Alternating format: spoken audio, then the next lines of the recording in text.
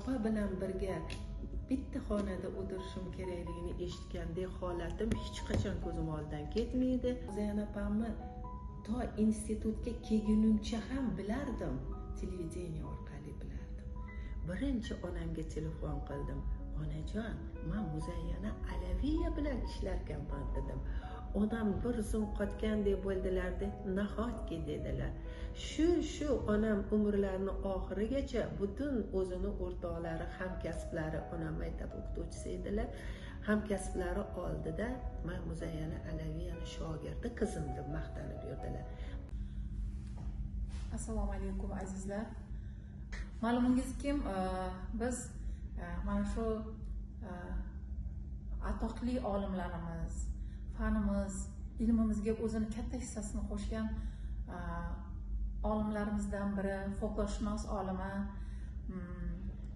shoira va adiba Muzayyana Alaviya kanalini ochib, o'sha kanalda juda ko'p u kishining o'sha zamondoshlarini xotiralarini, u kishi haqidagi fikrlarini berib boryapmiz. Bu to'g'ri, Muzayyana Alaviya ancha yoshga nisbatan agar nima qilganda 120 yoshga yaqinlashayotgan olimalarimizdan. O'sha uchun u kishini ko'pchilik bilmasligi ham mumkin. Lekin bizni quvontirayotgan narsa shuki, mingdan ming shukrlar qilamizki, u kishini bilganlar, u kishi bilan birga ishlaganlar, o'zlarini shunaqangi bir ajoyib xotiralarni gapirib beryaptilarki, mana shuni tinglovchilarimiz, ko'rayotganlarimiz soni oshayotganidan bilsak bo'ladiki, Muzayyana Alaviya ijodiga, uni hayotiga e'tibor qilayotgan, qiziqayotgan yoshlarimiz juda ko'p ekan. Biz ana shundan ruhlangan holda bugun ajoyib olimalarimizdan biri, filologiya fanlari nomzodi Marhaboba opa Mirzajonovani mana suhbatga taklif qildik. Marhaboba opa, avvalo xush kelibsiz. Xush ko'rdik. Mana siz baxtli insonlardan birisiz. Chunki mana shu Muzayyana Alaviyadek bir ajoyib olima, ajoyib adiba, shoira, qolaversa ajoyib bir inson bilan birga yashab, hamnafas bo'lib, u kishi bilan birga ishlagan insonlardan birisiz. Mana shu opa haqidagi xotiralaringizni bir bizlar bilan baham ko'rsangiz. Rahmat. Lobarxon, juda ham yaxshi mavzuni olibsiz, singlim. Bizga uzoq tarixdan tortib to islom tamaddunidagi ayollar haqida ham gapirib, o'sha paytlarda mana Anvaroddin, Nodira begim, Uvaysiylar haqida ham gapiramiz. Lekin yaqin tariximizdagilarni haqiqatda biz o'zimiz ko'zimiz bilan ko'rganmizda.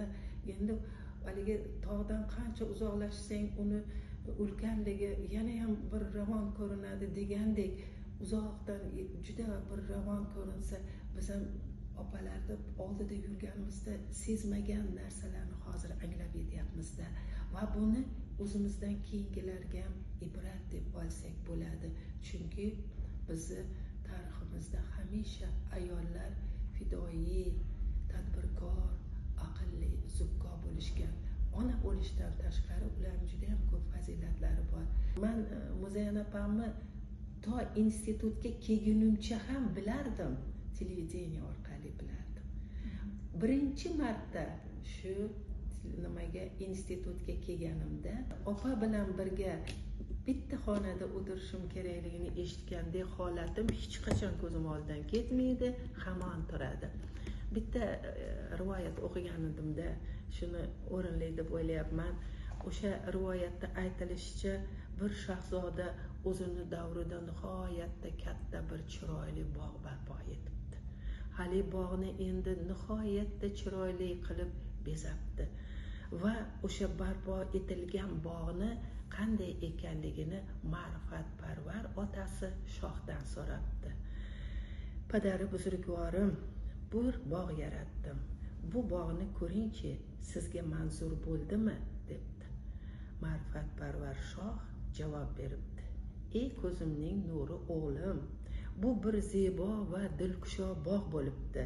Ammo davlati, boyligi, himmati bor har qanday odam bunday bog'ni barpo qila oladi.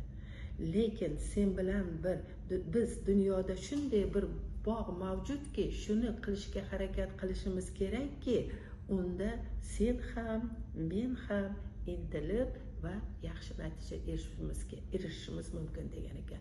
Shunda Shahzoda so'rabdi, u qanday bog' bo'ldi ekan ota debdi. Ota javob beribdi, bu shunday bog'ki, unda olimlar, fozillar, shoirlar, donishmandlar maskan tutadi va ana shu bog'da o'sha zotlardan tarbiya topib, yaxshi va ibratli ishlarni zuhurga keltirish ana shu bog'ni daraxti bo'ladi. Uni mevasi esa yaxshi nomga sazovor bo'lishdir deb javob bergan ekan. Shuni ta'bir joiz bo'lsa, O'zbekiston Fanlar Akademiyasi Alisher Navoiy nomidagi, avval Pushkin nomida edi, shunaqangi bir bog' deb atasak bo'ladi. Hozir o'sha institutdagi sodda, buyuk, bilag'on olimlarimiz haqiqiy ana shu bog'ni daraxtlari ekan. Ana shulardan bittasi Muzayana opam deb bilamanda. Endi Muzayana opam hali sizga aytgandek, men televideniya orqali bilaman derman. O'sha 80-yillarda o'zingiz ham bilasiz, televideniyada yaxshi ko'rsatuvlar bo'lardi. Qizim senga aytaman, ota-onalar universiteti, yon qo'shnim, jon qo'shnim degan rubrikalar nimasida ostida ko'rsatuvlar berib borilardi. Shu ko'rsatuvni har birida opa albatta chiqardilar. Men onam va onamni dugonalari hammasi shu ko'rsatuvni yaxshi ko'rishib, dildan ko'rishardi va men ikkita singlim ham onamiz taklif qilardilar, o'tirib ko'rardik. Ko'rganda ham oddiy ko'rmasdan hayotiy saboqlarga ega bo'lardik.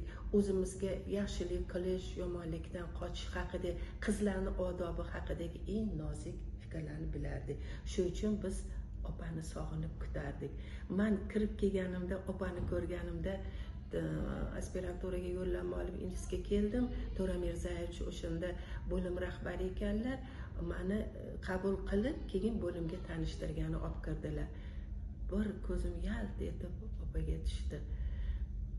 Shu yerda suhbatlashdilar, ular gaplashdi, hammamiz gaplashib, mana sizlarga qiz olib keldim deb 3 ta olima ayol o'tiribdilar. Muzayyana Alaviya, yana folklorshunos olima Zubayda Husayinova, yana Gurovli turkum dostonlarini bilimdoni Mazampa Mirzayeva. Endi 4-bo'lim men kirdim. Yaxshi qabul qilishdi. Endi o'sha kuni chiqiboq men telefonga bordim. Birinchi onamga telefon qildim.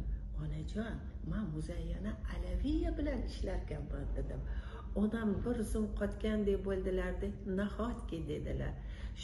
Shu onam umrlarining oxirigacha butun o'zini o'rtoqlari, hamkasblari, onam maktab o'qituvchisi edilar. Hamkasblari oldida men Muzayyana Alaviyani shogirdi qizim deb maqtanib yurdilar. Bu bilan aytmoqchimanki, opa o'sha o'zini davrida nihoyatda mashhur bo'lganlar. Katta olima edilar, oliyjanob inson edilar. Beruniy nomidagi davlat mukofoti sohibasi edilar va katta bir oilani boshlari edilar. Lekin nafaqat menga, hammaga odobda namuna edilar. Biz ba'zan qattiqroq gapirib, shaqillab kulib qo'ygan paytimizda qiz bola sal pastroq gapiradi. Xullas, biz opadan juda ko'p narsa o'rganganmiz. Endi opamizni haqida men faqat olimlardan eshitganlarimni o'zi haqida, kitoblardan o'qiganlarimni, maqolalardan o'qiganlarimni aytib beraman. Chunki opa o'rgatardilar-yu, o'zlarini hech qachon men bunaqaman deb aytmas edilar. Bizni institutimizda katta navoiyshunos olima, hammamizga tanishli, o'zimizni suyukli opamiz Siyma G'aniyeva ishlardilar. Suyma G'aniyeva bir yaxshi tadbirda aytgan edilar. Muzayyana Alaviyani gapirishdan oldin men bitta narsani sizlarga aytmoqchiman deganlar. Ya'ni Alloh u kishini ham rahmatiga olgan bo'lsin, Hazrati Navoiyda shunday yozuv bor deganlar. Hazrati Navoiy agar oilada farzand tug'ilar ekan, ota ona dilida ham buyuk orzu umidlar tug'iladi deb yozgan dedilar. Endi Muzayyana Alaviyani ham ota onasi tug'ilganda shunaqa orzu havaslar dilidan o'tgan bo'lsa kerakki, mana qarang, 100 yildan oshiq vaqt o'tdi dedingiz, hamon biz eslayapmiz, o'rganyapmiz va ularni qilgan ishlarini namuna sifatida boshqalarga ko'rsatyapmiz. Yana bir narsani aytkim keladi-da, Lobarxon. Hayot har doim bir xil tekismasdi. Mana biz hozir aytyapmiz, opani erishgan yutuqlari qiyinchilik bilan bo'lsa ham mehnat, ilm izlash, izlanish, tadqiqot mashhur bo'l. Lekin o'shalarning ichida nihoyatda og'ir kunlari ham bo'lgan ekan opada. Biz endi bularni olimlarimizdan eshitganmiz, o'sha opani yonidagilardan eshitganmiz. Aytamanki, o'zlari hech narsa etmaganlar, hech narsa. Qarangda, opamiz 3 oylik kelin bo'lgan paytlarida o'sha Lutfulloh domla hibsga olingan ekan. O'sha 20-yillar, qatag'on yillari endi. Hibsga olinib 10 yil surgun qilingan ekan. 10 yil surgunda yurgan ekan. Endi shunda yosh kelinni jasoratini qarang. O'sha jasorati bilan erini kutish, o'zini tutish, yoki bo'lmasam dod faryod qilib o'tirib emas, ish bilan, ilm bilan, harakat bilan o'shalarni bosib o'tgan ekan. Yana o'sha yillarda 27 yoshida haligi biz aytgan ma'rifatparvar tog'alari Abdulla Alaviy vafot etgan ekan. Shunaqa yo'qotishlarga ham chidab, hayotda qiyinchiliklarga chidab, o'zini voh qilmasdan nihoyatda vazminlik bilan, aql bilan, ish bilan, ilm bilan bosib o'tgan ekan. Shularni ham ibrat uchun eslab o'tish loyiq deb hisoblayman-da. Xullas, ilm izlab, kitob o'qib, kitob yozib, ilmni zahmatini chekkan odam hech qachon unutilmaydi. Hali gapiramiz desak gaplar ko'p, lekin ularni o'sha mashhur qilgan narsalardan men eshitganlarimni sizga aytib berdim. O'zini ko'rgan, ko'zimni oldidagi opani o'sha ilmiy konferensiyalarda qilgan dokladlari, opani mazmunli suhbatlari, har bir yurishi odobga chaqiruvchi bir. Hozir bolalarga bir aql o'rgatmoqchi bo'lsangiz, qo'lini siltalab ketadi. Biz shu yoshimizda borganmiz, nimada aytaman-ku, yugurmang koridorda desalar yugurmasdik, qattiq kulmang desalar, Muzayyana opam borlar, qattiq kulmaylik dedi. O'sha hayo iboga bizani o'rgatganlardek o'sha paytda. Shuning uchun demak, ularni ilmiy ijodiy merosi, nomi mangu qoladi deb o'ylaymiz. Mana shuncha yil o'tibdiki, kutubxonalarda kitoblari turibdi.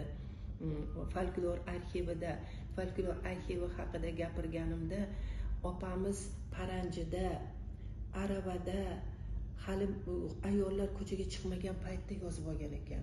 O'sha o'zlarini Toshkent viloyatini chekka qishloqlarida Karomatxon, Mo'tabarxon degan ayollardan yozib olgan qo'shiq namunalarini o'zim ko'rganman, qo'l yozmalarini. Xalq baxshilaridan yozib olganini, eng katta Fozil Yo'ldosh o'g'li Ergajiman bo'lib, islom shoir, shular bilan suhbatda bo'lib, ulardan dostonlar yozib olgan. Intizor dostonini nashr ettirganlar. Mana shunaqangi chiroyli mehnatlar bilan mashhur bo'lganlar. Ana o'shani evaziga xalqimiz ardog'ida, ana shuni evaziga katta olima degan nomga sazovor bo'ldilar. Katta davlat mukofotlariga sazovor bo'ldilar, ilmiy darajalarga sazovor bo'ldilar. Ustozimiz bitta o'xshatish bo'lsa, ustozimizni folklorshunoslik ilmidagi mabdai nurlaridan bir deyishimiz mumkin-da. Chunki ularni fidoyiligi, tinimsiz izlanishlari tufayli bu soha o'zini tengsiz zaxirasiga ega bo'ldi. Bu zaxira hamon folklor arxivida saqlanadi. Hali ko'p yillarga tadqiqotchilarga manba bo'ladi deb o'ylaymiz. Opani ismi jismiga monand. Opani ismini Muzayyana deb qo'ygan ekan, ziynatlangan. Opamiz butunlay jismi ilm bilan ziynatlanganda, shuning uchun opamizni Alloh rahmatiga olgan bo'lsin. Alloh ularni ilm bilan ziynatlagani rost bo'lsin. Bu dunyoda qilgan ezgu amallari u dunyoga o'zlariga yo'ldosh bo'lsin. Marhaba, bir nima deydi, samimiy, bir ko'ngildan chiqqan gaplar bilan bizlarni oshno qildingiz. Sizga kattakon rahmat aytaman.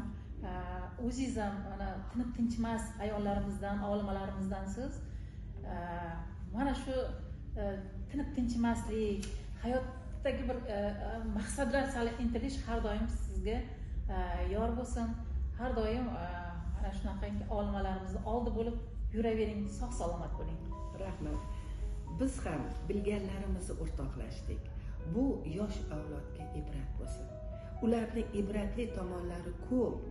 Siz ham yoshlar o'qing, o'rganing, izlaning, yaxshilik qiling, kam bo'lmaysiz. Xalqimiz hech qachon sizni unutmaydi.